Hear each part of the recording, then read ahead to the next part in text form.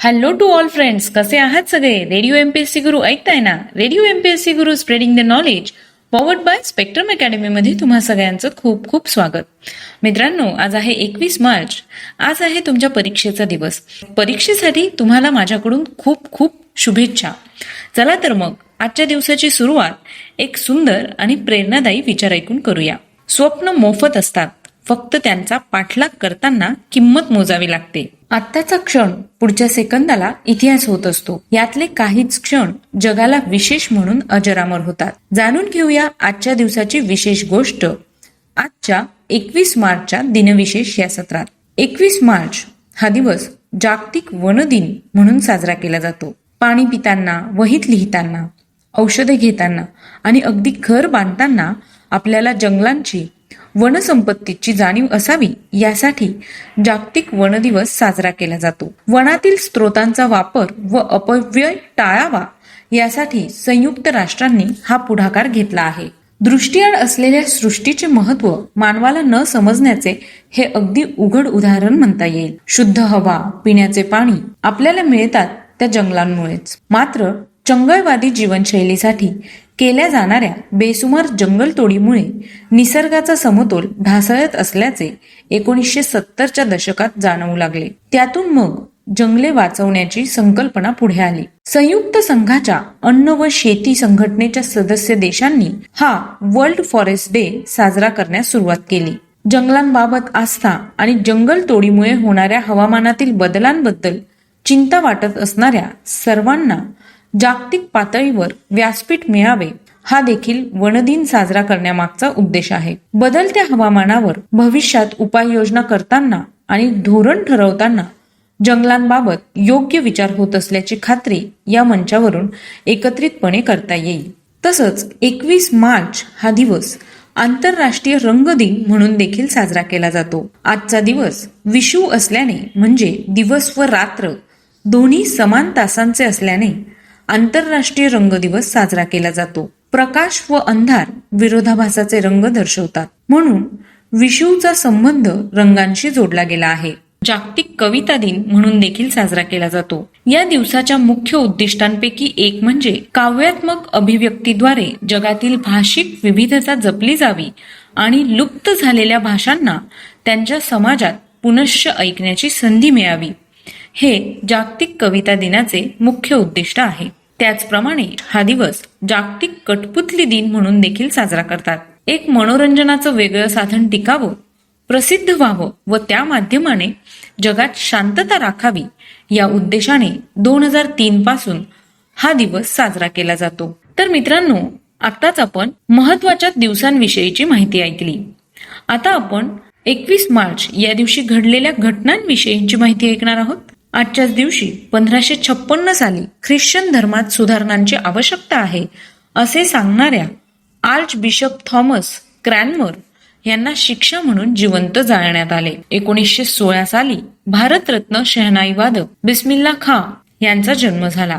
त्यांच्या नावावर एक लघु चित्रपट आहे. भारत सरकारने 2001 साली त्यांना भारतरत्न पुरस्काराने सन्मानित केले होते. त्यांचा मृत्यू 21 ऑगस्ट 2006 रोजी झाला. आजच्याच दिवशी 1847 मध्ये बाळाजी प्रभाकर मोडक यांचा जन्म झाला. त्यांनी विज्ञान व इतिहास या विषयांवर ग्रंथलेखन केले आहे. त्यांचा मृत्यू 2 डिसेंबर 1906 रोजी झाला. 1858 मध्ये इंग्रज सेनापती सर ह्यू रोज यांनी झाशीस वेढा दिला. आजूबाजूच्या टेकड्या जिंकून झाशीवर त्यांनी हल्ला चढवला होता. 2001 साली दक्षिण कोरियन कंपनी ह्युंदाईचे स्थापक चुंग जू युंग यांचे निधन झाले. त्यांचा जन्म 25 नोव्हेंबर 1915 रोजी झाला.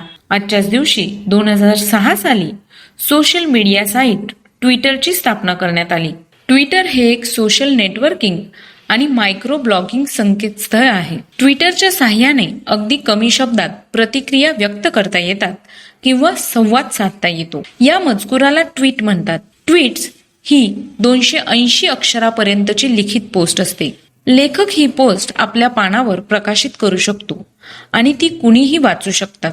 वेबसाईट, लघु संदेश सेवा म्हणजेच SMS किंवा बाह्य अनुप्रयोगांच्या माध्यमातून ट्विट पाठवता येते आणि तिचे उत्तर मिळवता येते. इंटरनेटवर ही सेवा निशुल्क आहे. आजच्याच दिवशी 1985 साली ब्रिटिश अभिनेता सर मायकेल रेडग्रेव्ह यांचे निधन झाले. त्यांचा जन्म 20 मार्च 1908 रोजी झाला. आजच्याच दिवशी 1887 मध्ये देशभक्त, क्रांतिकारक व भारतातील कम्युनिस्ट पक्षाचे संस्थापक मानवेंद्रनाथ रॉय यांचा जन्म झाला. भारतीय स्वातंत्र्य लढ्यासाठीच्या सशस्त्र क्रांती कार्यात सामील झालेल्या रॉय यांना उत्तर आयुष्यात मेक्सिको, रशिया, अफगाणिस्तान, चीन इत्यादी देशात केलेल्या कार्यामुळे आंतरराष्ट्रीय स्तरावरील एक नामवंत साम्यवादी विचारवंत म्हणून मान्यता लाभली. त्यांचा मृत्यू 26 जानेवारी 1954 मध्ये झाला. आजच्याच दिवशी 1768 मध्ये फ्रेंच गणिततज्ञ व भौतिकशास्त्रज्ञ जोसेफ फोरियर यांचा जन्म झाला. त्यांचा मृत्यू 16 मे 1830 रोजी झाला. 1871 साली ऑटो व्हॉन बिस्मार्क हे जर्मनीचे चान्सलर बनले. 1973 मध्ये कोशकार यशवंत रामकृष्ण दाते यांचे निधन झाले. त्यांचा जन्म 17 एप्रिल 1891 रोजी झाला. 1923 मध्ये सहज योगच्या संस्थापिका आणि अध्यात्म गुरु निर्मला श्रीवास्तव यांचा जन्म झाला. निर्मला देवी यांनी चले जाव चळवळीत तुरुंगवास भोगला होता. त्यांचा मृत्यू 23 फेब्रुवारी 2011 रोजी झाला. आजच्याच दिवशी 1976 मध्ये विलासराव देशमुख यांचे पुत्र अमित देशमुख यांचा जन्म झाला. ते भारतीय काँग्रेस पक्षाकडून निवडून आलेले आमदार आहेत. 1977 मध्ये स्वतंत्र भारताच्या इतिहासामधील सर्वात दुर्दैवी घटनांपैकी एक भारतातील आणीबाणी तब्बल 21 महिन्यांनंतर संपुष्टात आली. 1978 मध्ये अभिनेत्री राणी मुखर्जी यांचा जन्म झाला. 1997 सालच्या राजा की आएगी बारात ह्या चित्रपटामधून त्यांनी बॉलिवूडमध्ये पदार्पण केले. आजच्याच दिवशी 2003 साली जळगाव महानगरपालिकेची स्थापना करण्यात आली. आजच्याच दिवशी 2003 साली भारतीय लेखक गौरा पंत शिवानी यांचे देहावसन झाले. त्यांचा जन्म 17 ऑक्टोबर 1923 रोजी झाला. आजच्याच दिवशी 2005 साली चित्रपट दिग्दर्शक, पटकथा व संवाद लेखक दिनकर द पाटील यांचे निधन झाले.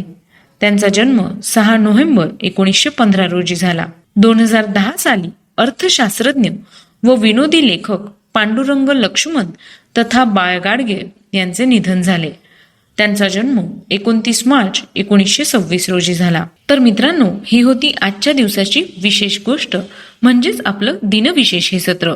यामध्ये मी तुम्हाला आज असणाऱ्या विशेष दिवसांविषयीची माहिती दिली. अशीच माहिती ऐकत राहण्यासाठी ऐकत रहा radio MPSC Guru, spreading the knowledge, powered by spectrum academy. आणि हो, आम्हाला तुमचे फीडबॅक खूप गरजेचे आहे, त्यामुळे आम्हाला फीडबॅक द्यायला विसरू नका.